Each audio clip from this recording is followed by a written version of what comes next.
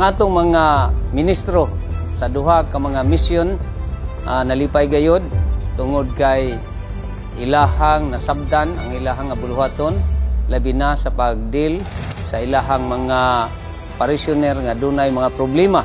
kaniadto so wala pa sila ka seminar dinhi sa SMM o ECMM nga mga magbubuhat sa field sa eskwelahan, mga pastor, mga principals o mga APD. Ako nagapanghinaot na ang tanan ninyong nagkatunan ngining atong panag-uban sa duha ug tunga sa adlaw inyong ipadayon sa paggamit sulod sa inyong pamilya dinha sa inyong field sa mga simbahan, sa mga iglesihan aron ato masinatian ang mapadayonon nga pagtubo diha sa atong personal o diha sa atong buhat. Tapos sa ilahang orientation, sa ilang impression,